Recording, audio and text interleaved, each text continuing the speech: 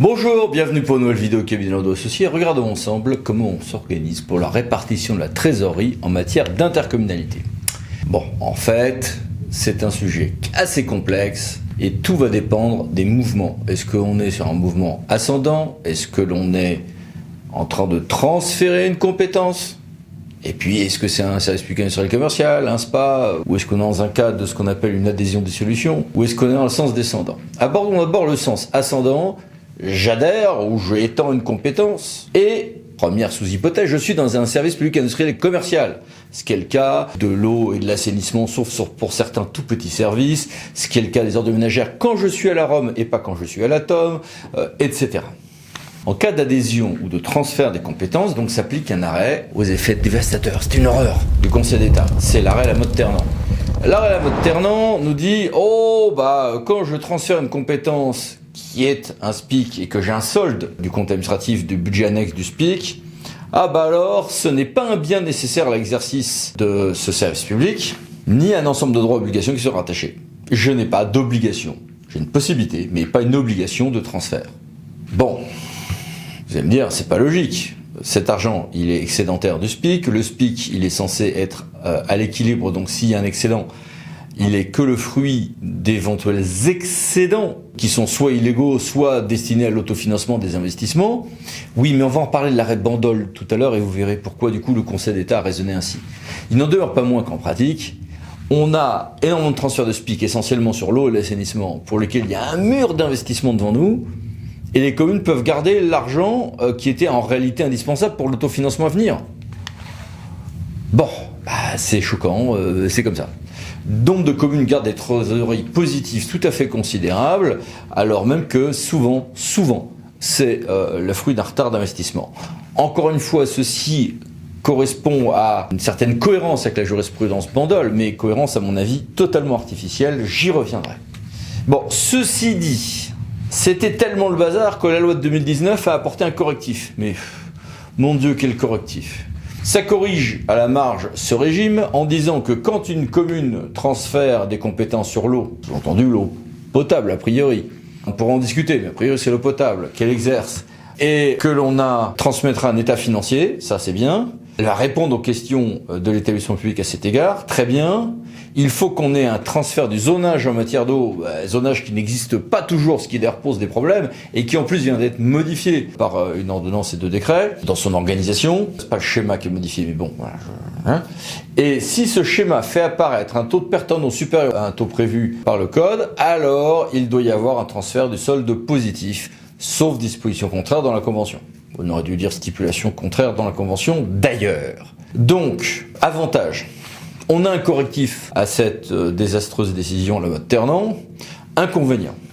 L'indicateur des taux de fuite est un peu primaire. Parfois, on a des retards d'investissement parce que on n'a pas des fuites, mais il faut passer d'un captage de surface à un captage souterrain. Parce qu'on a des réservoirs, c'est le nom des châteaux d'eau, à changer, etc. Donc le taux de fuite, c'est un indicateur simpliste. Et puis, encore une fois, c'est lié au transfert du zonage qui n'existe pas toujours, donc ça peut conduire à des situations un peu complexes. Maintenant, souvent, le problème, il n'est pas là. C'est pas tellement, tu me transfères, mais tu as des taux de fuite. Encore une fois, c'est pas toujours ça le problème, ça ne résout pas le problème de l'assainissement collectif, enfin bon. Mais, on a souvent deux autres solutions. C'est, si la commune avait un plan pluriannuel d'investissement, avec un autofinancement prévu, on peut dire que cet autofinancement a vocation à être transféré. Il n'y a pas de jurisprudence qui le confirme, mais c'est un raisonnement qui, dans ce cas-là, est logique, au regard des transferts de biens, droits, obligations et des actes. Deuxième chose, la communauté, par exemple, qui va récupérer la compétence, ou le syndicat, peut toujours dire « Ah mais pas de problème, très bien, viens, tu veux garder ton argent, garde ta trésorerie, très bien, pas de problème. Mais moi, je vais faire des zonages par zone, en fonction de l'équilibre de l'investissement et des dépenses et des recettes, de zone par zone. Donc si chez toi j'ai un besoin d'investissement tout à fait particulier, ou chez toi et quelques-uns de tes voisins qui avaient les mêmes situations et les mêmes pratiques, je vais faire un zonage. Si c'est exprès bien présenté comme étant une mesure de rétorsion, ça sera peut-être illégal. Mais si c'est fait dans un travail qui correspond aux critères de beauté juridique en matière de zonage tarifaire, et les jurisprudences Narbonne Liberté ou Nôtre d'octobre 2021 nous donnent pas mal de marge de manœuvre, alors on peut retrouver des possibilités, voir notre vidéo à ce propos. Mais on peut aussi avoir une extension de périmètre ou de compétences en service public administratif. Et là, on fait quoi? Et bien là, on a une position fragile pour celui qui défendrait les transferts de trésorerie, si on n'a pas, là aussi, de plan pluriannuel d'investissement, PPI, ni de comptabilité analytique. Néanmoins, pour certaines compétences, il y a matière à débat, donc je ne peux pas rentrer trop dans les détails, il y a matière à débat.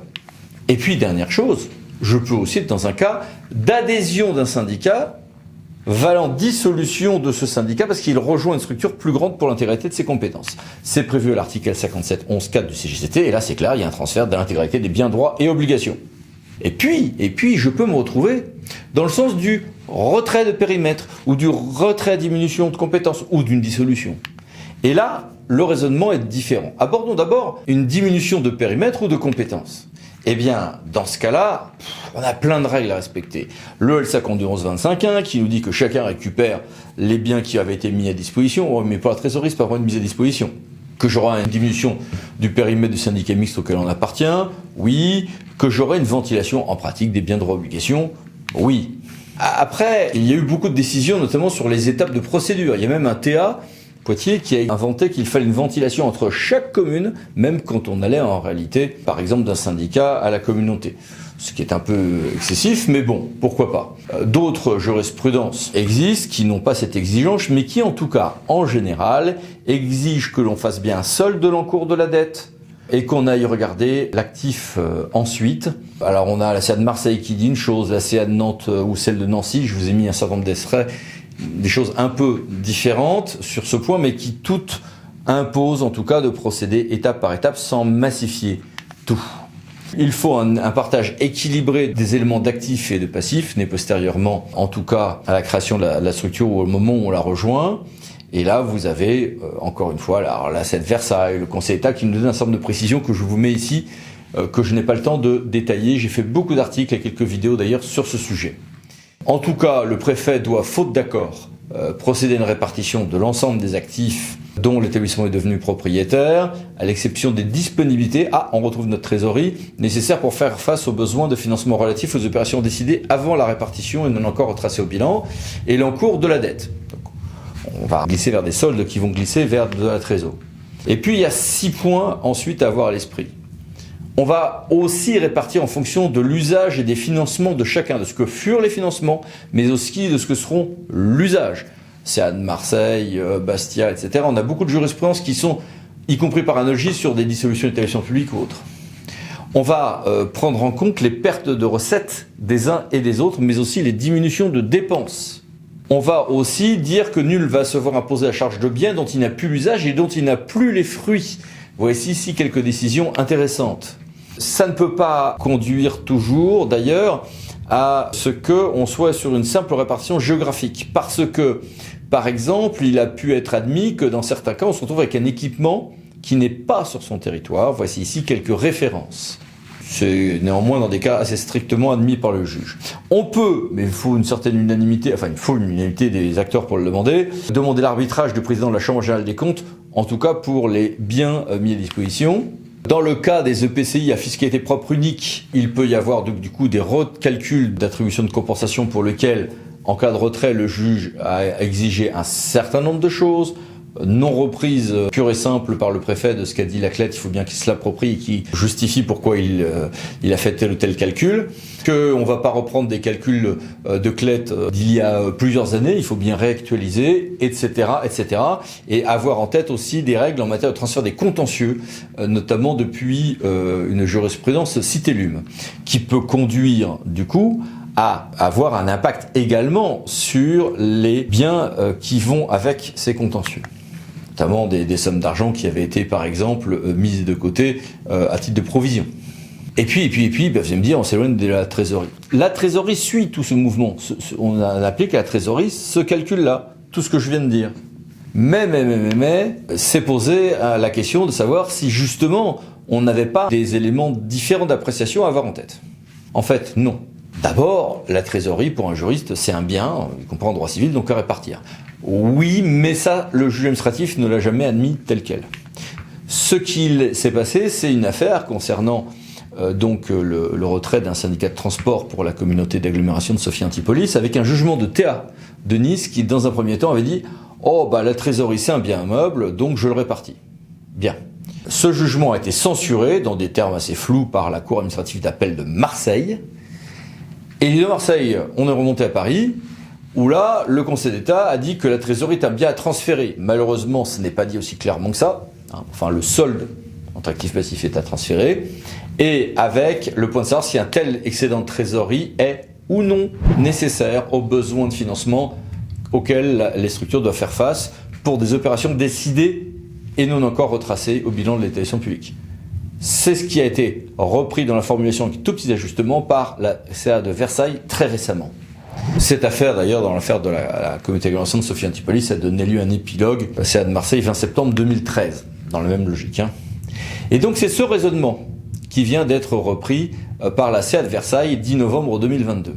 C'est important, pourquoi ? D'abord parce que, bon, ce n'est qu'un arrêt de CA, c'est pas encore une décision du Conseil d'État, mais c'est important, pourquoi ? Parce qu'on avait pas mal de gens qui nous disaient « Ah bah non, la trésorerie, on applique la mode Ternant dans les deux sens, y compris dans le sens du retrait. » Or, on est quand même sur des logiques différentes. La mode Ternant, l'idée c'est de dire « Bon, j'ai un solde de trésorerie positif, si les soldes de trésorerie positifs, c'est qu'il n'y en a pas besoin, ce qui là pour le coup est une naïveté folle de la part du Conseil d'État, mais c'est comme ça, du coup je le transfère. » Quand on connaît l'affaire de la mode Ternant, on comprend, mais simplement, il ne fallait pas en tirer un principe général qui est inadapté. Mais dans le sens inverse, j'ai constitué cette trésorerie avec mes petits camarades avec qui j'étais dans le syndicat ou dans la communauté, ou pour telle compétence. Donc il est logique que j'en récupère ma quote-part. Là, pour le coup, c'est assez peu contestable. Et donc, la CA de Versailles, en reprenant ce qu'a été l'arrêt Casa, prouve bien que, en tout cas, selon elle, la mode Ternant n'a pas effacé l'arrêt Casa dans le cas des retraits de compétences ou des diminutions de périmètre, donc dans le sens descendant. On a la CA de Versailles qui nous dit donc bien que s'agissant de la répartition d'un excédent de trésorerie, on va reprendre le mode d'emploi que l'on avait dans la décision Casa, et voici à l'écran des extraits de cette décision.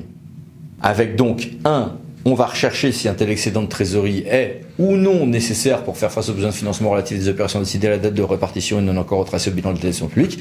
C'est une reprise de l'arrêt de 2012. 2. En tenant compte notamment, le cas échéant, une partie des charges fixes liées à la réalisation de l'équipement financé par cet établissement. Très bien. Et la trésorerie n'étant pas utile pour un tel besoin, étant, en tenant compte aux besoins de charges fixes, à se répartir sinon. Mode d'emploi relativement cohérent. Là aussi, sous réserve, à mon avis, d'éventuels PP, mais qui là sont inclus dans le raisonnement, contrairement à ce qui se passait pour la mode Ternant. Alors vous allez me dire, mais pourquoi à chaque fois, pour les SPIC, on ne va pas regarder s'il n'est pas illogique et même illégal d'avoir des excédents ? C'est bizarre de se répartir ces excédents. Ben oui, puisque finalement, si j'ai un excédent sur un budget SPIC et que cet argent n'est pas utile pour mes investissements, c'est que les redevances ont été excessives et probablement illégales, ou qu'elles auraient dû être revues à la baisse quand tel ou tel projet d'investissement a été abandonné, par exemple. Oui, il y a plein de jurisprudences comme ça. Et ces jurisprudences nous disent effectivement que, par exemple, si j'ai une redevance excédentaire en SPIC, eh bien, ça sera, si cet excédent est important, sera illégal et pourra donner lieu à, par exception d'illégalité, à l'annulation de la dette que j'ai. On l'a connu en nom, en assainissement, et puis alors, même pour le SPA, que sont les services des ordures ménagères quand ils sont financés par les ordures ménagères, toute la jurisprudence Auchan et ces dizaines de décisions qui ont été faites dans la foulée de cette jurisprudence Auchan vont dans le même sens. Quand un excédent est manifestement excessif, on enlève tout ce qui dépasse et le contribuable est fondé à refuser de payer. Ça peut conduire à la gratuité de son impôt pour une année ou plusieurs. Alors vous allez me dire, mais alors du coup, c'est illégal, c'est le fruit, en gros, on va dire d'un larcin, je caricature un peu, et pour autant, cet argent est à garder, il y a quelque chose d'injuste. Et justement, c'est là qu'arrive l'arrêt Bondol de 99. Si je dis que la grille tarifaire est excédentaire, et que cet excédent est illégal, je pourrais attaquer, par exemple, ma facture d'usager de SPIC, de l'eau, de l'assainissement, ou que sais-je. Oui, très bien, ou ma redevance ordure ménagère, voire ma TOM, on l'a dit.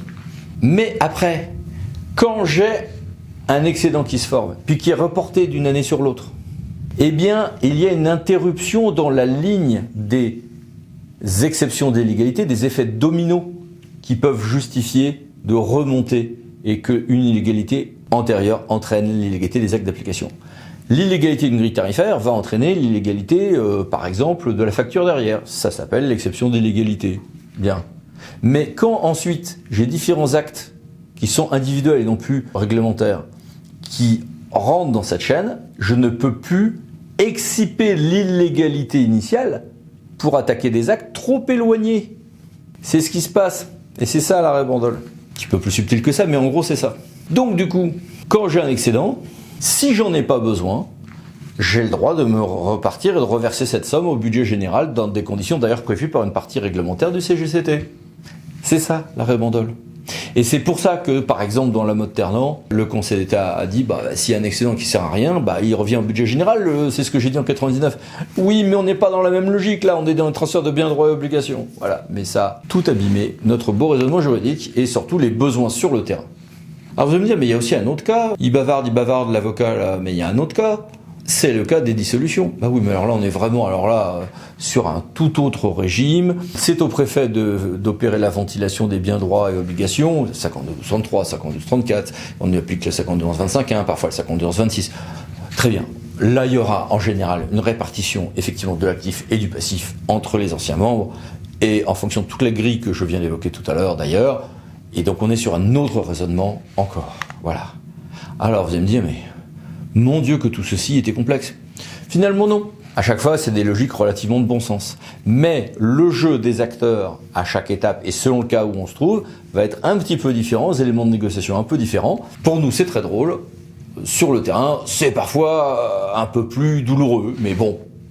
En tout cas, vous avez eu le courage de regarder cette longue vidéo, donc merci. À bientôt pour une nouvelle vidéo Kevin Landau Associés. Merci, au revoir.